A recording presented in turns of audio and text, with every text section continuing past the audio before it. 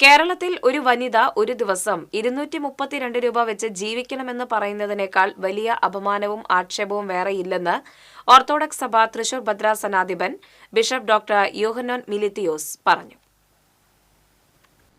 Kerala ASHA health workers association സംസ്ഥാന general secretary MA. Bindu നയിക്കുന്ന രാപ്പകൽ സമരയാത്രയ്ക്ക് തൃശൂർ കോർപ്പറേഷന് മുന്നിൽ നൽകിയ സ്വീകരണ സമ്മേളനത്തിൽ സമരനായിക ബിന്ദുവിന് മധുരനാരങ്ങ നൽകി ഉദ്ഘാടനം ചെയ്ത് സംസാരിക്കുകയായിരുന്നു ബിഷപ്പ്. 232 രൂപ കൊണ്ട് ഒരു വനിത ഈ കേരള സംസ്ഥാനത്ത് ജീവിക്കണമെന്ന് പറയുന്നത് സാംസ്കാരിക കേരളത്തിന് അപമാനമാണ്. ഒരു സാധാരണ ജീവിതത്തിന് ഏറ്റവും കുറഞ്ഞത് 1000 രൂപയെങ്കിലും ഒരു വ്യക്തിക്ക് ആവശ്യമായി വരുന്ന ഈ സംസ്ഥാനത്ത് ഇതുകൊണ്ട് നിങ്ങൾ ജീവിച്ചു കൊള്ളണം എന്ന് പറയുമ്പോൾ അതിനേക്കാൾ വലിയ ധിക്കാരവും അതിനേക്കാൾ വലിയ അപമാനവും ഏറെയുണ്ട് എന്ന് ഞാൻ കരുതുന്നില്ല.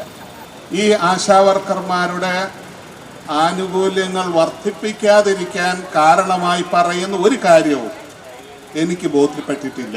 വിരമിച്ച സർക്കാർ ഉദ്യോഗസ്ഥർക്ക് വരെ ശമ്പളം വർദ്ധിപ്പിക്കുമ്പോൾ ആശമാരെ സർക്കാർ കണ്ടില്ലെന്ന് നടിക്കുകയാണ്. ജനങ്ങളെ സേവിക്കാനാണ് രാഷ്ട്രീയക്കാരെ തെരഞ്ഞെടുത്തിരിക്കുന്നത്. എന്നാൽ അവർ സ്വയം സേവിക്കുകയാണെന്നും ഡൽഹിയിൽ ആ മനുഷ്യൻ എന്തിനാണ് അവിടെ ഇരിക്കുന്നതെന്ന് അറിയില്ലെന്നും ബിഷപ്പ് പറഞ്ഞു. സ്വീകരണ യോഗത്തിൽ പങ്കെടുക്കുന്നത് തന്നെ സംബന്ധിച്ചിടത്തോളം വലിയ വെല്ലുവിളിയാണെങ്കിലും വലിയ സന്തോഷത്തോടെയാണ് യോഗത്തിൽ പങ്കെടുക്കുന്നതെന്നും ബിഷപ്പ് അഭിപ്രായപ്പെട്ടു.